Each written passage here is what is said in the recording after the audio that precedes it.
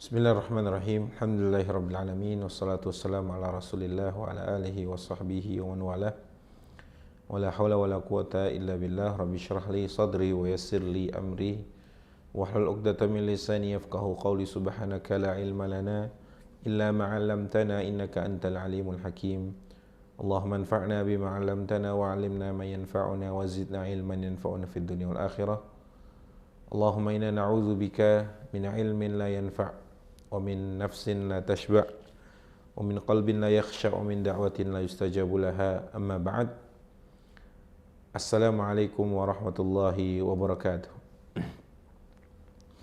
Alhamdulillah, kita bersyukur kepada Allah Azza wa Jalla atas semua karunia dan kenikmatan yang Allah berikan kepada kita hari ini atau sampai hari ini, di mana kita tidak akan pernah mampu untuk menghitung-hitungnya atau mencoba untuk menghitung-hitungnya, sebab terlalu banyak nikmat Allah, terlalu melimpah nikmat Allah kepada kita, sehingga kewajiban kita hanya mensyukurinya dan tidak menghitung-hitungnya. Salawat dan salam kepada Rasul kita Muhammad SAW beserta para keluarga beliau, sahabat-sahabat beliau, serta siapapun yang senantiasa istiqamah meniti jalan perjuangan beliau, mengikuti atau meneladani sunnah-sunnah beliau hingga hari kiamat. Sahabat asli kaum muslimin rahmati Allah, alhamdulillah masih dalam kajian kitab lanjutan dari pembahasan kitab Ad-Da'u wad-Dawa karya Imam Ibnu Qayyim Al-Jauziyah rahimahullahu taala, yang di episode sebelumnya kita sudah membahas sedikit tentang dosa syirik dan lain sebagainya, yang insyaallah di episode kali ini kita akan lanjutkan di halaman 332 di pasal baru. Baik, kita baca. Faslun, qala al-mu'allif rahimahullahu ta'ala, faslun, thumma lamma kana adh-dhulmu wal-'udwanu munafiyan lil-'adli alladhi qamat bihi as-samawati wal-ard wa arsalallahu subhanahu rusulahu wa anzala kutubahu liyaquma an-nasu bil-bih kana min akbaril kaba'iri 'inda Allah wa kana darajatuhu fil 'idhami bihasabi mafsadatihi fi nafsi. Kemudian kata Ibnu Qayyim Al-Jauziyah, saat kezaliman, al-udwan, kemudian pertentangan atau permusuhan itu menafikan atau menghilangkan sifat keadilan, yang dimana 7 lapis langit dan bumi itu berdiri atau tegak didirikannya dengan keadilan tersebut, yang dengannya juga Nabi Allah mengutus Rasul-Rasulnya, yang dengan keadilan itu juga Allah menurunkan kitab-kitabnya agar manusia melaksanakannya. Kana min akbaril kabari indallah, maka kezaliman dan permusuhan itu juga bisa dikategorikan menjadi dosa besar yang paling besar di sisi Allah. Wa kana darajatuhu fil 'idhami bihasabi mafsadatihi fi nafsi. Sebab derajatnya dalam urusan besar dosanya itu tergantung dengan kerusakan yang berada di dalamnya. Jadi kezaliman itu adalah sesuatu yang menafikan keadilan, kezaliman, sehingga itu sangat-sangat menentang apa yang Allah Azza wa Jalla menjadikan keadilan itu banyak atau menjadi pondasi. Dia didirikannya langit dan bumi, kemudian diutusnya Rasul juga harus dengan visi atau dengan misi memberikan keadilan bagi seluruh manusia dan lain sebagainya. Maka saat itu ditentang, saat itu tidak ada dengan kezaliman dan permusuhan, maka itu menjadi bagian dari atau tergolong dari salah satu dosa besar. Wa kana qatlul insani waladahu at-tifl as-saghir alladzi la dhanba lahu. Kemudian juga seseorang membunuh anaknya yang kecil, yang dia tidak ada dosanya, tidak berdosa. Wa qad jabala Allah subhanahu al-qulub ala rahmatihi, yang padahal Allah menciptakan atau menganugerahkan hati orang tua itu untuk mengasihi anaknya. Kemudian wa atafaha alaih, dan berkasih sayang, berlemah lembut untuk atau kepada anaknya. Wa khassal walidaini min dzalika bimaziyatin zahirah, dan Allah mengkhususkan dua orang tua itu dengan keutamaan yang jelas, yang tampak sekali. Maka kalau sampai gitu ya, seakan Ibnu Qayyim mengatakan, kok ada orang yang membunuh anaknya itu, padahal Allah menitipkan dalam hati seorang orang tua itu ya kasih sayang kepada anaknya, ya berlemah lembut kepada anaknya, kok ada sampai ngebunuh gitu mungkin ya.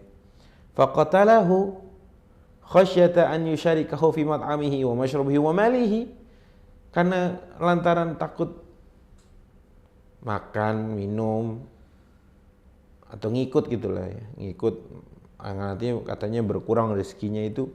Ya kalau alasannya itu ya nggak masuk akal gitu ya. Kok bisa sampai menghilangkan nyawa gitu. Maka kata Ibnu Qayyim sama dengan gitu ya, sama dengan min akbahil zulmi wa asyaddihi wa kadzalika qatluhu abawaihi, dan sebaliknya apabila seorang anak ngebunuh kedua orang tuanya, yang padahal keberadaan seorang anak di dunia ini atas sebab kedua orang tuanya, nah ini juga termasuk dosa besar. Jadi dilihat dari sisi faktor yang menyebabkan atau faktor atau dampaknya dilihat gitu, dan lain sebagainya. Jadi baik dari sisi orang tua atau orang tua yang membunuh anak, dosa besar, sebab padahal dia dititipkan kasih sayang kepada Allah di dalam hatinya kepada anaknya. Atau sebaliknya, anak membunuh orang tuanya, yang padahal harusnya dia bersyukur kepada orang tuanya dengan sebab kedua orang tuanya dia berada di atas muka bumi ini kan gitu ya. Maka itu termasuk dan tergolong dosa besar. Wa tatafawat darajatul qatli bihasabi qubhihi, dan derajat pembunuhan itu bertingkat-tingkat tergantung bihasabi qubhi, dilihat dari sisi keburukannya, kejelekannya. Wastihqaqi man qatalahu sa'ya fi ibqaihi wa nasihati, dan dilihat siapa yang dibunuhnya gitu ya. Baik. Walihada kana asyaddan nasi 'adzaban yaumal qiyamah man qatala nabiyan. Nah, makanya orang yang paling dosanya siksanya pedih sekali dari dosa pembunuhan ini adalah mereka yang membunuh nabi. Bani Israel banyak membunuh nabinya. Dibunuh, disiksa, dicerca gitu ya. Kemudian itu derajat yang paling dosanya itu membunuh nabi juga. Nabi dibunuh, bayangin. Kemudian wa yalihi man qatala imaman. Au qatalahu nabiyyun, ya. Atau yang dibunuh nabinya. Atau dibunuh oleh nabi ya. Artinya qatalahu nabiyyun, nabi sebagai fa'il di sini. Wa yalihi man qatala imaman, dia ngebunuh seorang imam besar dalam mazhab, misalkan imam dalam agama. Aw aliman ya'murun nas bil qist, atau membunuh orang alim yang menyeru manusia untuk berlaku adil. Wa yad'uhum ila Allah, mendakwahi dia kepada jalan Allah. Wa yansahuhum fi dinihim, kemudian menasihati urusan agama mereka gitu. Wa qad ja'ala Allah subhanahu jazaa'a qatlin nafsil mu'mina 'amdan al-khuluda finnar, dan Allah telah menjadikan balasan bagi orang-orang yang membunuh jiwa seorang mukmin dengan sengaja, maka balasannya adalah al-khuluda finnar, kekal di dalam api neraka. Wa ghadibal jabbar, dan Allah marah. Wa la'anahu, dilaknat sama Allah juga. Wa i'dadul 'adzabil 'azimi lahu, wa i'dadul 'adzabil 'azimi lahu, dan disiapkan azab yang pedih baginya. Hadza maujibu qatlil mu'min 'amdan. Ini sesuatu yang harus mereka dapati. Sebab mereka membunuh seorang muslim secara sengaja atau seorang mukmin secara sengaja. Malam yamna minhu mani', selagi tidak ada yang melarang. Wala khilafa anna al-islam al-waqi' ba'da al-qatli taw'an wa ikhtiyaran mani'un min dzalika al-jaza'.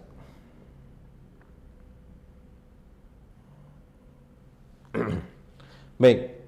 Wa hal tamna'u taubatul muslim minhu ba'da wuqu'ihi? Fihi qawlan lis-salaf wal khalaf wa huma riwayatani an Ahmad. Nah, jadi apakah membunuh, kira-kira gini kurang lebih pemahamannya. Apakah membunuh seorang mukmin yang mukmin dengan sengaja itu diterima taubatnya? Itu kira-kira gitu ya. Apakah taubat ini menggugurkan dosanya gitu kira-kira. Waladina qalu, ada yang berpendapat bahwa la tamna'u taubatu min nufudhihi. Ya. Jadi taubat tidak cukup. Nyawa dibalas nyawa gitu kan. Wa ra'au annahu haqqun li adami lam yastawfihi fi darid dunya. Wa kharaja minha bi dhalamatihi fala budda an yastawfa lahu fi daril 'adl. Ya, harus kena juga gitu. Sekalipun dia sudah taubat, ada yang mengatakan. Kemudian qalu wa mastawfahu al-warith fa inna mastawfa mahad haqqihi alladhi khayyarallahu baina istifaihi wal afyan. Jadi namanya orang yang dibunuh itu kan dia punya ahli waris. Nanti kan dalam Islam itu orang yang membunuh itu kalaupun dia dimaafkan sama keluarganya gitu kan, tapi dia harus bayar denda kan. Diat namanya, hukum diat yang nilainya itu sekian gitu. Wa may yanfa'u al-maqtula min istifa'il warithi wa istidrakin li dhalamati hasab baik. Wa hadha asahul qawlin fil mas'alah anna haqq al-maqtul la yasqutu bi istifa'il warith wa huma wajhan li ashabi Ahmad wa Syafi'i. Jadi haknya seorang yang terbunuh itu kan sebenarnya gini. Kenapa nanti Ibnu Qayyim menjelaskan seperti di sini. Kenapa nyawa harus dibayar nyawa? Seharusnya orang yang membunuh ini, orang yang terbunuh ini, dia kan bisa balas dia ngebunuh kan, tapi kan dia keduluan mati aja gitu, sehingga dia nggak ada kesempatan untuk membalasnya. Kan nyawa balas nyawa. Nah akhirnya diwakilkan nanti oleh keluarganya atau dalam hal ini bisa diwakili oleh hakim yang memutuskan dan lain. Karena itu ada haknya maktul, ya hak dia kan balas dendam atau bukan balas dendam ya bahasanya, yang membalas maksudnya dia menghilangkan nyawa, dia harusnya menghilangkan nyawa juga gitu kan kira-kira. Wara'at ta'ifatun annahu yasqutu bi taubah wa istifa'il warith wa inna taubata tahdimu ma qablaha. Jadi ada yang mengatakan bahwa ya selesai dengan taubat karena taubat itu mengerobohkan sebelum-sebelumnya gitu kira-kira. Baik, qalu, ada yang berpendapat, wa idza kanat at-taubah tamhu athar al-kufri was-sihri wa ma huwa 'azamu ithman min al-qatl fa kaifa taqsur an mahwi athar al-qatl wa qad qabala Allah taubatal kuffar alladhina qatalu awliya'ah wa ja'alahum min khiyari ibadihi ودعا الذين حرقوه أولياءه وفتنوهم عن دينهم إلى التوبة قال قل يا عبادي الذين أسرفوا على أنفسهم لا تقنطوا من رحمة الله إن الله يغفر الذنوب جميعا فهذه في حق التائب وهي تتناول الكفر إلى وما دونه. Baik. Jadi وإذا كانت تمحو التوبة تمحو أثر الكفر والسحر وما هو أعظم إثما من القتل كيف تقصر عنه. Nah, kira-kira gini. Allah itu menerima taubat. Jadi mereka kan mengatakan bahwa taubat itu bisa menghilangkan dosa pembunuhan gitu ya. Karena Allah menerima taubat, dalilnya adalah Allah berfirman dalam surat Az-Zumar 53 itu, wahai Muhammad katakanlah bahwa sesungguhnya wahai para ya ibadi, katakanlah Muhammad wahai hamba-hambaku gitu kan. Allah memanggil kita hamba-hambanya untuk tidak putus asa dari rahmat Allah, ampunan Allah meskipun dosanya banyak. Dosanya itu ngebunuh orang kira-kira gitu. Dan lain sebagainya. Qalu, ya ini ada pendapat juga. Qalu wa kaifa yatubul 'abdu minadz-dzanb wa yu'aqabu 'alaihi ba'da. Nah, kan enggak masuk akal cerita gitu. Taubat kan jadi gini, pemahaman orang kelompok kedua ini taubat ini menjatuhkan hukuman gitu lah kira-kira. Karena kata mereka kan enggak masuk akal. Orang bertaubat, seorang hamba bertaubat dari sebuah dosa, terus dia dihukum lagi atas setelah taubatnya. Hadza ma'lumun intifa'u fi syar'illah wa jazaa'i gitu. Jadi kan apa nih? Kurang enggak logis gitu kira-kira. Qalu wa taubatu hadzal mudhnib taslimu nafsihi wa la yumkinu taslimuha ila al-maqtul. Nah, ada yang menyatakan gini. Taubatnya seorang yang berdosa ini, contohnya dosa kasus pembunuhan ini kan taslimu nafsi, dia menyerahkan dirinya, dan dia nggak mungkin menyerahkan dirinya ke depan orang yang telah dibunuh, ya udah dikubur, udah mati, nggak bisa apa-apa gitu kan. Itu tadi yang saya bilang. Wa fa aqama syari'u waliyahu maqamah, waliyuhu maqam. Jadi yang berhak adalah walinya yang untuk membalas gitu. Wa ja'ala tasliman nafsi ilaihi kataslimiha ilal maqtul gitu. Jadi kan nyawa dibalas nyawa sebenarnya gitu kan. Ya berarti diwakilkan gitu. Bimanzilati taslimil mali alladhi alaihi liwarithi fa innahu yaqumu maqama taslimil warith. Ya kira-kira gini teman-teman. Dosa pembunuhan ini gitu kan ada dua pendapat, ada yang diterima taubatnya atau dalam arti bukan diterima taubatnya, tapi ada yang berpendapat bahwa dosanya gugur, nggak ada balasan lagi karena telah bertaubat gitu kan. Ada yang berpendapat itu kira-kira. Ada yang bilang ya enggak gitu. Wa tahqiq fi hadhil mas'alah anna al-qatla yata'allaqu bihi thalathu huquq. Jadi yang sebenarnya dalam permasalahan membunuh orang itu gitu ya, kata kira-kira itu berkaitan dengan tiga hak. Pertama, haqqun lillah, haknya Allah, karena Allah yang memberi, yang menghidupkan, yang mematikan gitu kan. Yang kedua, haqqun lil maqtul, haknya orang yang terbunuh.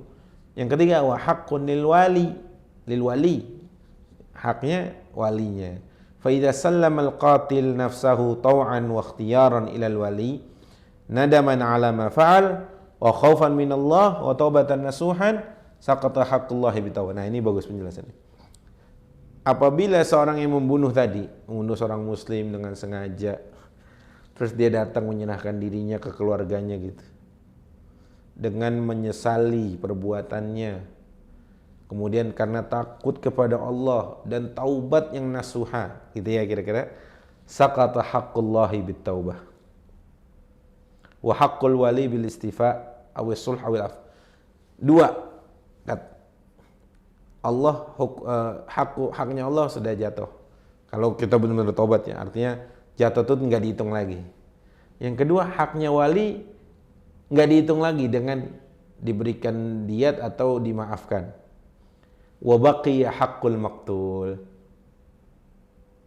Tersisa satu, haknya orang yang dibunuh. Ya, yu'awiduhu Allahu anhu yaumal qiyamah an 'abdihi at-ta'ibil muhsin. Nah, wa yasluhu bainahu wa bainah fala yadhhabu haqqu hadza wala. Jadi nanti mereka akan dihadapkan oleh Allah. Kalau dia sungguh-sungguh taubatnya, bisa jadi mereka didamaikan oleh Allah di akhirat. Masya Allah. Ini nih ringkasannya kira-kira. Ya, yu'awiduhu Allahu anhu yaumal qiyamah an 'abdihi at-ta'ibil muhsin wa yuslih bainahu wa bainah. Ya Rabb, Masya Allah. Itu kalau taubatnya nasuh, kalau taubatnya sungguh-sungguh. Jadi Allah berkenan saling mendamaikan. Jadi yang juru damainya itu Allah. Makanya untuk urusan yang pertama kali di sidang itu antara kita sama manusia itu memang urusan darah. Ya, ini mungkin masuk bab itu. Ada yang saling memaafkan di dunianya, dia taubat nasuha kepada Allah, minta maaf ke walinya, keluarga besarnya, terus dimaafkan dengan ikhlas gitu. Di akhirat tinggal didamaikan oleh Allah. Masya Allah. Baik, wa amma mas'alatul mal wa qad ikhtalafa fiha fa qala ta'ifatun idza adda ma 'alaihi min al-mal ila al-warith faqad bari'a min uhdati fil akhirah kama bari'a min hafidin. Jadi untuk urusan harta nih yang harus dibayarkan, diat ya kira-kira. Maka ada yang berpendapat bahwa kalau dia membayarkannya kepada ahli warisnya gitu ya, maka dia telah bebas tanggungannya di dunia dan akhirat. Wa qala ta'ifatun, ada yang berpendapat juga bal mutalabatu liman zalamahu bi akhdhihi baqiyatun alayhi yaumil qiyamah wa huma lam yastadiq zulmatuhu bi akhdhi warithi lahu fa innahu manahu an min tifai bihi fi tuli hayatihi wa mata lam yantafi bihi wa hadzal mun lam yastadriku huwa inma intafa ghairu bistidraki. Jadi ada yang mengatakan ya tetap dimintakan gitu nanti di hari kiamat, enggak impas gitu bahasanya. Wa banau ala hadza annahu law intaqala min wahidin ila wahidin wa ta'addadil warathati kanatil mutalabihi lil jami' li'annahu hakun kana yajib alaihi dafu ila kulli wahidin minhum inda kaunihi wal warith. Wa fasala syekhuna baina ta'ifataini faqala in tamakkana al mawruth min akhdhi malihi wal mutalabat bihi falam ya'khudhu hatta mata sarat al mutalaba bihi lil warith fil akhirah kama hiya kadzalika fid dunya wa in lam yatamakkan min talabihi wa akhdhihi bal hala bainahu wa baina dhulman wa udwanan fa talabu lahu fil akhirah. Intinya ada yang hal-hal yang tidak bisa selesai di dunia bisa diselesaikan atau akan diselesaikan di akhirat. Kira-kira untuk urusan diat, untuk urusan hak seorang yang dibunuh dan lain sebagainya. Kira-kira itu ringkasannya, teman. Baik, wa hadza tafsil min ahsani ma yuqal. Penjelasan tadi kata Ibnu Qayyim termasuk yang paling bagus penjelasannya. Fa innal mal idza istahlaqahu adh-dhalim 'ala al-mawruth wa ta'adzara 'alaihi akhdhuhu min sara bi manzilati 'abdihi alladhi qatalahu qatil. Apabila gitu misalnya, sesungguhnya harta itu apabila diambil oleh orang zalim dari orang yang diwarisi itu, kan tentang hak warisnya orang yang terbunuh itu ya kira-kira. Wa ta'adzara 'alaihi akhdhu minhu, dan tidak kesampaian untuk mengambilnya kembali, maka kelak di akhirat itu seperti orang yang ngebunuh gitu ya, orang lain gitu, karena mengambil hartanya. Wadarihi allati ahraqaha ghairuhu dan lain sebagainya. Kemudian langsung kita masuk ke baqiya an yuqal gitu ya, baqiya an yuqal. Fa idza kana al-malu aqaran aw ardan aw a'yanan qa'imatan baqiyatan ba'da al-maut fa hiya milkun lil warith yajibu 'ala al-qasib daf'uha ilaihi kull waqt fa idza lam yadfa' ilaihi a'yanu ma lam yastahaq al-mutalaba biha inna Allah kama yastahaq al-mutalaba biha fid dunya wa hadha su'alun qawi la mukhlisa minhu illa bi ayyuqal al-mutalaba lahumma jami'an kama law ghasaba malan mushtarakan baina jama'atin istahaqqa kullun minhum al-mutalaba bihaqqihi min kama law istawla ala waqfin murattabin ala butun fa abtala. Ini terkait tentang ini sebenarnya. Anda ringkaskan saja kira-kira. Ini terkait tentang hak orang-orang yang ditinggal mati orang yang terbunuh, yang dia mendapatkan harta warisan yang berupa diat itu tadi kira-kira. Kemudian ada orang lain yang mengambilnya dan bagaimana harus menebusnya, atau dalam artian orang yang mengambil dengan sengaja ini berat gitu ya. Dalam artian berat ini dia harus mengurusinya. Kalaupun orangnya masih ada, dia harus mengembalikannya, kira-kira gitu. Sebagaimana Ibnu Qayyim menjelaskan tadi panjang lebar. Baik. Faslun, ya, pasal baru. Walamma kanat mafsadatul qatli hadhil mafsadah qala ta'ala, maka saat kerusakan yang dihasilkan oleh atau dampak kerusakan yang dihasilkan oleh pembunuhan itu seperti itu gitu ya, rumitnya, maka Allah berfirman dalam surat Al-Maidah ayat 32, A'udzubillahi minasyaitonir rajim, min ajli dzalika katabna ala bani Israila annahu man qatala nafsan bighairi nafsin aw fasadin fil ard faka'annama qatala an-nasa jami'a wa man ahyaha faka'annama ahya an-nasa jami'a. Maka min ajli dzalik, kata Allah, katabna ala bani Israil annahu man qatala nafsan bighairi nafsin aw fasadin fil ard. Kata Allah, yang membunuh orang tanpa hak itu, menghilangkan nyawa orang tanpa hak itu seakan dia menghabisi seluruh manusia. Dan barang siapa yang waman ahyaha faka'annama ahyana. Barang siapa yang membiarkan dia hidup, maka seakan-akan dia telah memberikan atau menghidupkan banyak manusia. Nanti teman-teman bisa baca terjemahannya lengkapnya seperti apa atau penjelasan para ulama tentang faka'annama qatalan nasa jami'an dan faka'annama ahyan nasa jami'an. Wa qad ashkala fahma hadha ala kathir wa qad ushkila fahmu hadha ala kathir minan nas. Wa qalu ma'lumun anna ithma qatilin mi'atin a'zamu 'inda Allah min ithmi qatil nafsin wahidah. Ya sudah maklum ya, atau ada perselisihan atau ada yang mengganjal di pemahaman sebagian atau mayoritas manusia tentang mereka mengatakan ya sudah maklum kalau dosa orang yang membunuh 100 orang itu pasti lebih besar dari dosa orang yang membunuh 1 orang gitu kira-kira. Wa inna ma utum min dhannihim anna tashbih fi miqdar al-ithmi wal 'uqubah wal lafdhu lam yadul ala hadha wa lam yalzim in tashbih syai' bi syai' akhdhu bi jam'i ahkam. Wa qad qala ta'ala ka'annahum yawma yarawna ma lam illa ashiyatan aw duhaha ka'annahum yawma yarawna ma yu'adu lam yalwithu illa sa'atan min nahar. Wa dhalika la yujib anna lubthahum fid dunya inma kana hadzal miqdar. Wa qala an-nabi sallallahu alaihi wasallam, Nabi bersabda, man shalal isya'a fi jama'atin faka'annama. Ini kan lagi bahas tentang faka'annama gitu ya. Qama nisful lail wa man shalal fajr fi jama'atin shalal fajr fi jama'atin faka'annama qama al-lail kullah.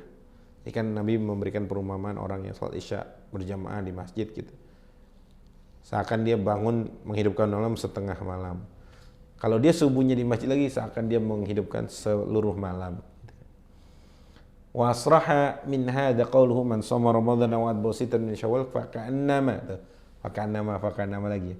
Sarat dahr atau samad dahr. Wa qawluhu man qara'a qul huwallahu ahad faka'annama qara'a thuluthul Qur'an. Barang siapa yang membaca surat Al-Ikhlas 3 kali seakan dia sudah membaca setengah Quran gitu kira-kira kan ya. Baik.